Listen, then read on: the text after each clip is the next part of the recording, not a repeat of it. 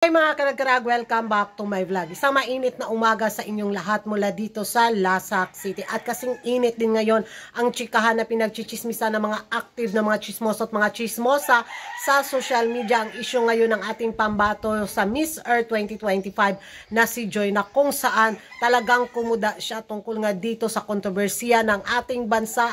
Ang flood control, hindi talaga napigilan ni Joy na magsalita tungkol dito mga karag-karag, at umabot talaga ito sa mga balita din na sabi ng mga ilang mga basher din ni Joy na dapat manahimik si Joy dahil may laban pa siyang gagawin sa Miss Earth pageant.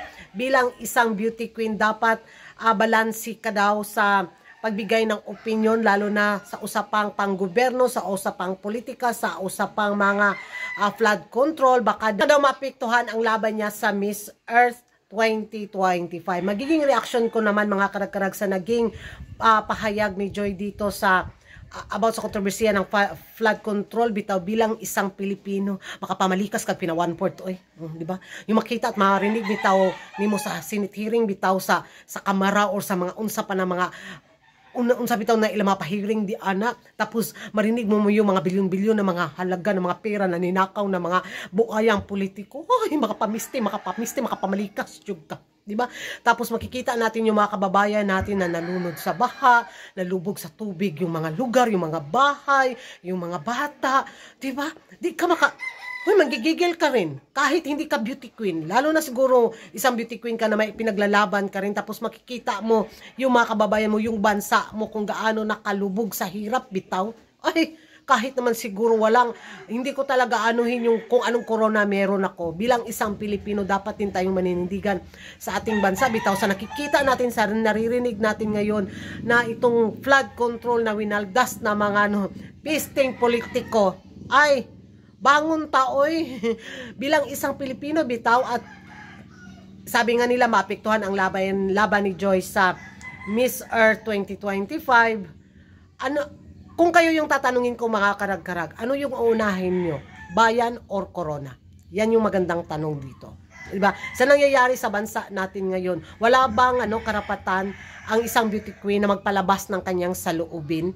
Or sabi nila, nasobrahan na din yung pambato natin sa Miss Earth tungkol nga dito sa pagiging vocal niya sa issue ng flood control. And yes, thank you very much for giving our candidates this platform to talk about relevant social issues now. And, just to end this segment, our preliminary question and answer portion, it is high time that we hold our government officials accountable, especially those who are involved in the flood control corruption. Deserve po nating maging ligtas sa sarili nating bayan. Deserve po natin ng matapat na liderato para po sa ating bansa. So, dapat bang manahimik ang isang beauty queen sa usapang panggobyerno, sa usapang mga korupsyon sa bansa natin? Nako, mag-ingay tayo sa comment section mga karag-karag kung ano yung magiging komento ninyo o reaksyon ninyo. Ano masasabi nyo sa naging pahayag ni Joy tungkol nga dito sa flood control issue ng ating bansa? Mag-ingay tayo sa comment section, at kung hindi ka pa nakapag-subscribe sa YouTube channel ko, don't forget to like and subscribe ko ragan karag, ang babaeng lagi nagkarag-karag, and hit the notification bell para update kayo sa mga latest kaganapan at late na intriga sa mundo ng beauty pageant. And thank you for watching. See you in my next vlog. Kagapis lang ho, pa dyan akong ilong, pa dyan na humani akong sipon mga karag-karag diyan mo.